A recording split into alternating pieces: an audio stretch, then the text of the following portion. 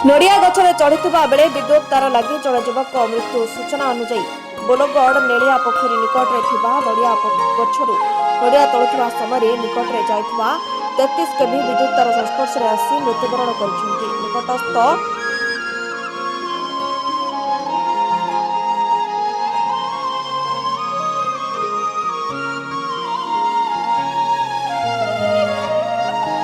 खंगुरिया grammar जबु Parida.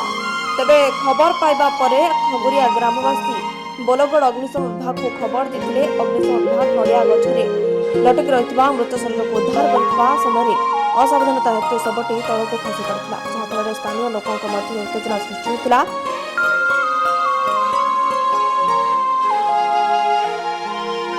स्थानीय लोक उत्तेजित होई अग्निशम कर्मचारी को गोड़ाई गोड़ाई पिटिले। उत्तेजना तीव्र होता बेले स्थानीय अंचल जड़े सांबादिक निज स्कूटी में उक्त शव को मेडिकल को बोही नहीं।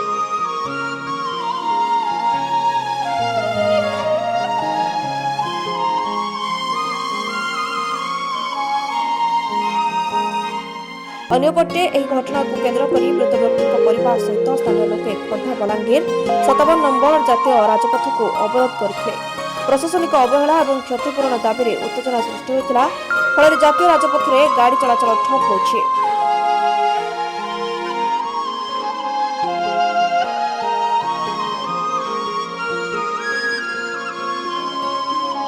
घटनास्थल में प्रथम बोलगड़ पुलिस पर घटना बढ़िबारु खोर्धा अतिरिक्त आरक्षी अधिकारी पहुंची लोक को बुझासुझा करते।